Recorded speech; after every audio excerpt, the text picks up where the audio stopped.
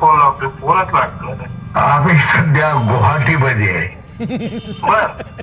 तुफान आपली यारी जगात हायले भारी, इमोशन्स ने भरलेली काळजाला